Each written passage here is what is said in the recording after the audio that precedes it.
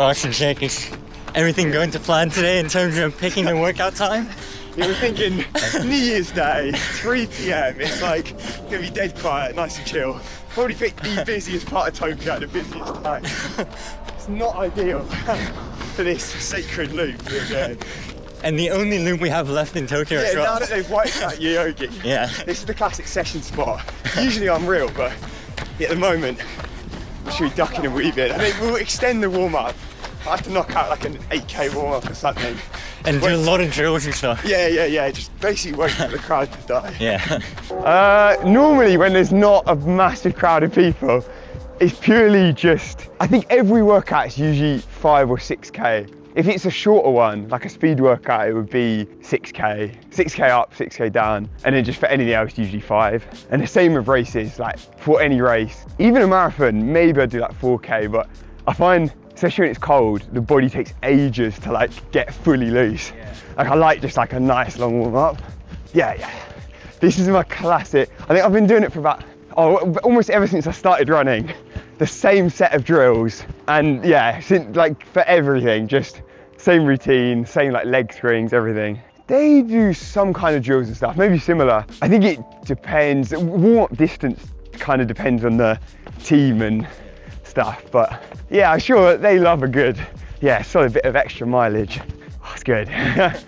It was, when we got Christmas, like it's fun. You almost need a holiday after your holiday to like recover.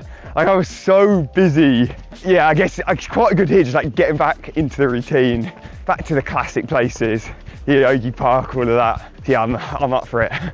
I tell you, I used to, but then since like starting doing triples and stuff now, I feel like I could do a jog at 7 and then do a session at 11 and it would be fine. It's like almost like, I know some people are like, oh, you need 6 hours. I could do 3 hours and it would be easy enough because I'm used to it. If I'm having to triple, then it would be like 6 a.m, 11 a.m, 4 p.m. or something like that. So the window gets shorter and shorter. Sure.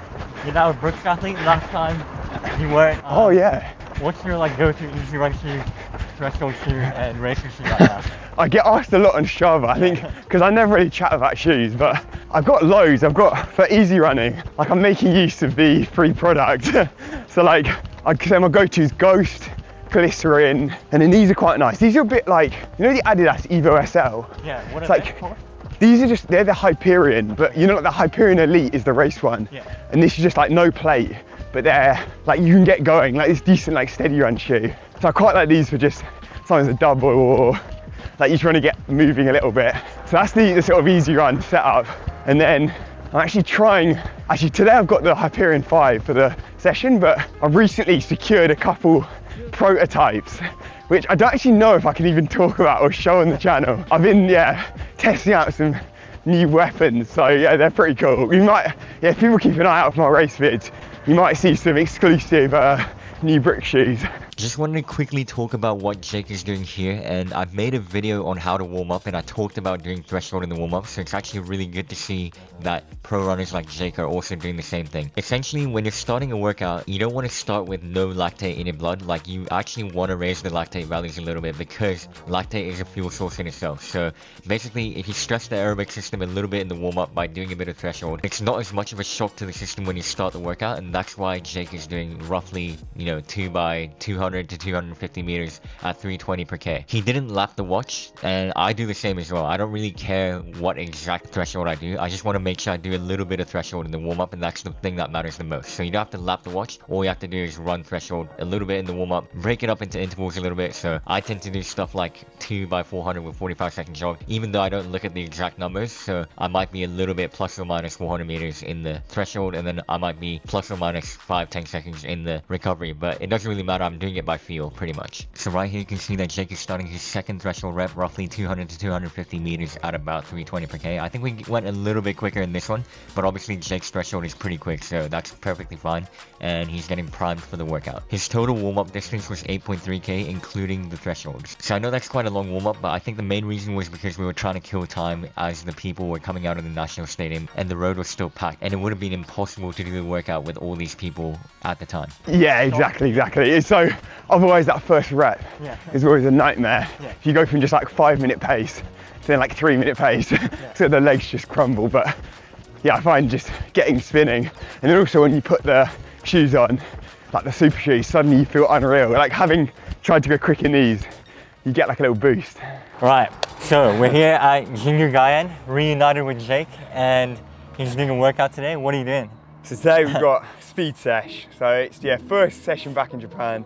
Got 3 times 3K. The idea will be start at like 3-minute flat and then decide, I guess, how I'm feeling. If I can pick it up, try and cut it down to like 257, maybe 255 kind of thing. Yeah. But yeah, we'll give it a go. It's been a while. I feel like I'm still on the comeback from Valencia. Yeah, okay. And what's the thought process behind the 3 minutes? Like, what intensity is that for you right now? Oh, it's hard to tell. So I did a park run just in the UK before coming here. Yeah. And that was like 1440. So that's, I don't know, 256 maybe. So I'm thinking like 3 minute, I don't know what's that current 10K pace maybe? Or if it depends, maybe start at that and then if I can cut it down, it's like, I'd rather start off more conservative than like try and go off at, because I think before Valencia I thought like 255 more kind of thing, but it's definitely, I've cut the mileage back. I was like ill for like 2 weeks after that. And now I'm just sort of, building it up gradually. Yeah. And is the weather right now different to the UK or is it pretty similar? It's probably similar temperature, just more dry. Do you know what I mean? Like the Japanese winter is like very dry. Yeah. It's good though, and it's sunny. I felt like back home was more, it's either raining or like grey. This is just like peak. I love this.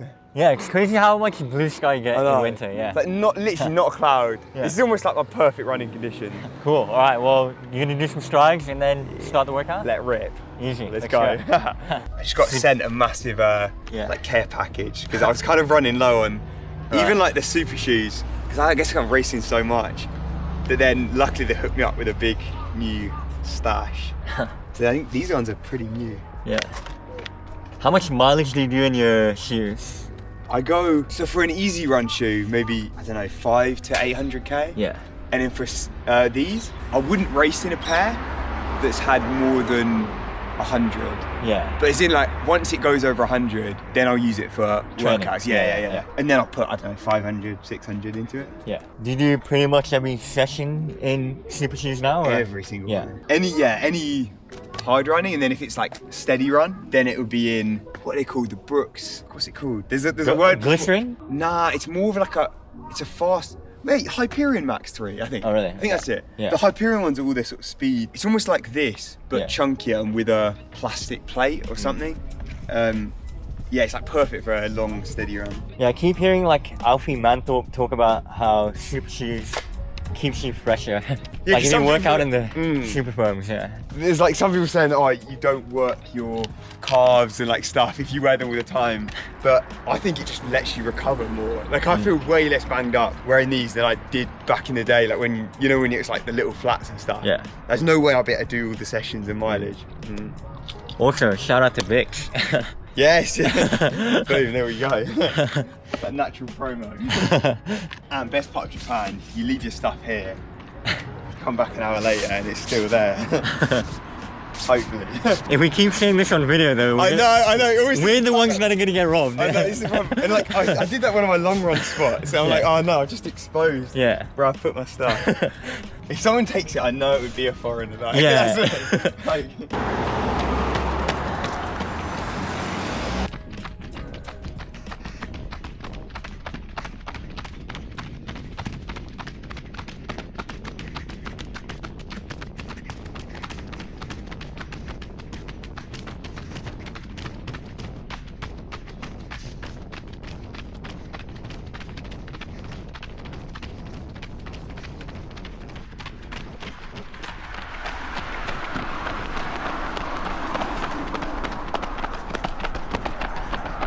I did a VO2 max session this morning, but I think this is the actual VO2 max session. But this is fun.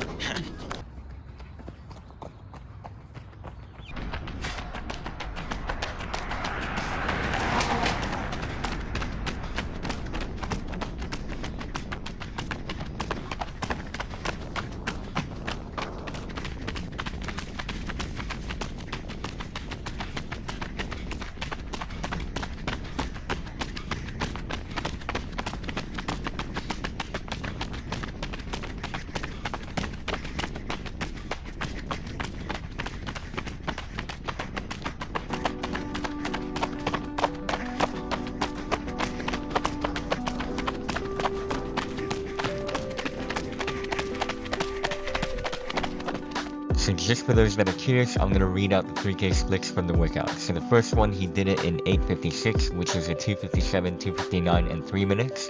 And then the second 3K, he did a 2:58, 2:59, 3 minute, which ended up being an 8:57. And then the third rep, he did a 3 minute, 3:01, and 3 minute, which was a 9:01. And afterwards, we'll hear from Jake what he thought about the workout. So one other educational thing which I thought I'd mention is if you look at his Strava and turn the cadence on, you can actually see that he tried to maintain cadence as much as possible even when he got tired, and I think that's what prevented the huge blow up in the third rep. So even though he was tired, he did everything he could to make sure that the cadence stays high, and I made a whole video on cadence as well, so go check it out in the description.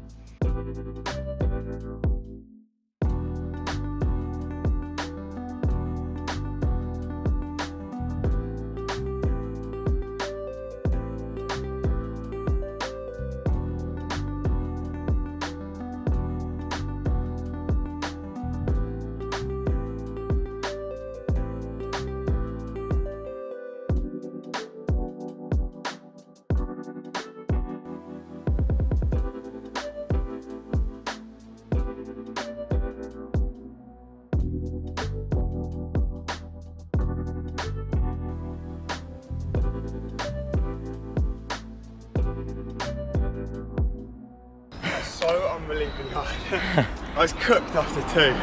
I didn't think I'd manage the third, but yeah, I managed to just cling onto pace. Nice. It always helps having the camera here. I'm like, it's like the pressure's on. I can't bottle it for the YouTube.